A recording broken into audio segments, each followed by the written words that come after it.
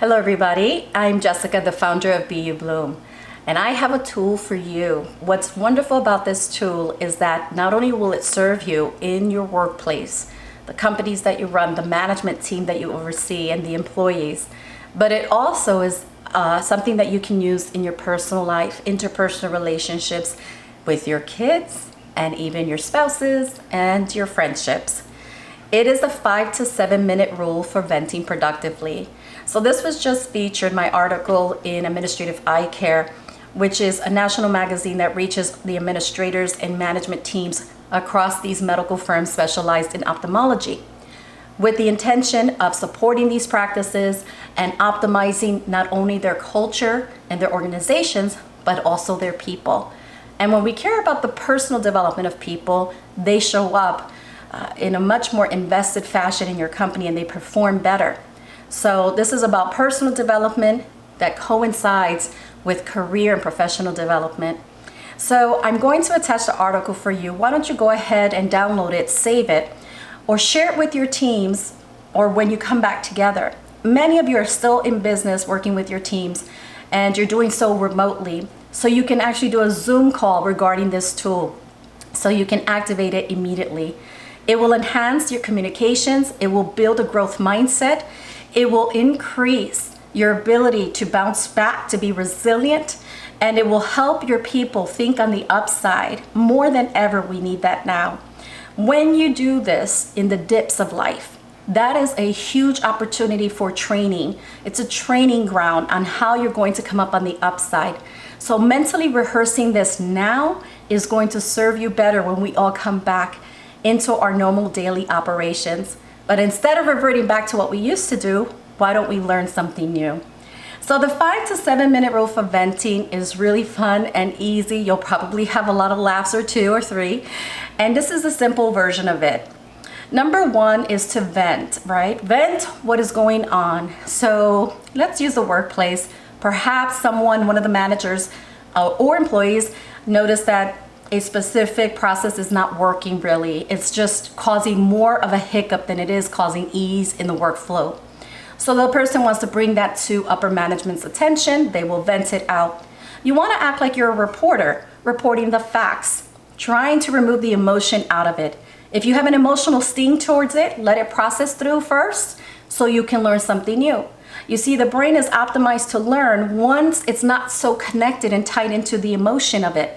When it's emotionally driven, it's thinking in a compartmentalized fashion instead of using your highest cognitive functions, which is what you want to use and implement when you're trying to come up on the upside, when you're developing a growth mindset. A key trait for highly successful people. And we're here as leaders building more leaders, right? That's what our role is.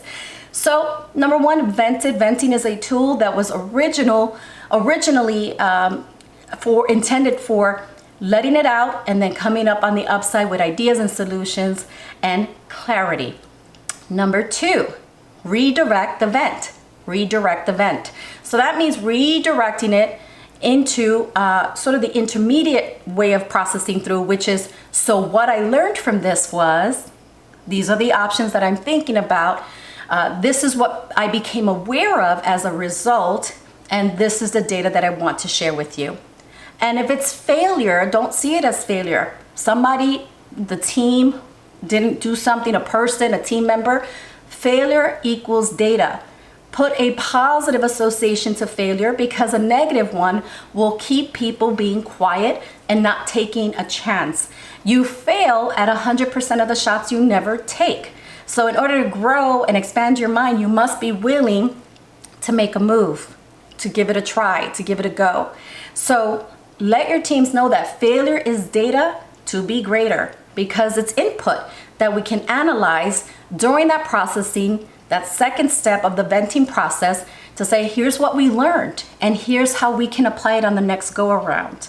Number 3 is to optimize the mind. So you're optimizing your mind to thrive, to flourish despite the circumstances. So you're literally sharing the options, the solutions you've thought about. Sometimes nothing comes up. Give yourself time, give yourself grace for space, because in that space of processing, just set the intention that you will come up on the upside and will discover what you need when the timing is right. It will literally come to you. So that's also data, right? Not having an exact way to go is also information. And so sometimes we just need to let it sit in order for it to come up in our mind space. Kind of like when you're trying to work out a problem and you're so focused on it and you're frustrated. Not a good way to access the regions of the brain that we need in order to come up with a great solution. But then you find if you go and you work out, all of a sudden it hits you, or you're taking a shower, all of a sudden it comes to you, or in the early morning waking hours, an optimal learning state. So there's so much I can share with you guys regarding it. I'm a mind strategist, and this is so empowering to people, because when people learn this data about how to manage their minds, how to drive and steer their minds where they want it to thrive, how to become your own mind coach, they get excited. It's empowering that they can do this for themselves. People say to me, I'm so excited that I don't need to wait for somebody to rescue me, that I can do this. And what's great again is that it applies to your team's personal lives, their personal self-improvement, as well as professional and career improvement. The data shows that the more you practice this concept of hero, for example, expressing your hope, efficacy, resilience, and optimism skills, that you build greater psychological capital. There's another reason to think like this and to build this positive mental habit, this positive mental processing, and to do it now, so that when we come out of this, you're going to be in so much better shape, in position for your greatness, for coming back stronger in your businesses. So if you'd like me to do a Zoom call with your teams, you'd like to reach out to me, visit me at bubloom.com or reach out to me on this platform. Thank you guys so much. Go ahead and download that article now.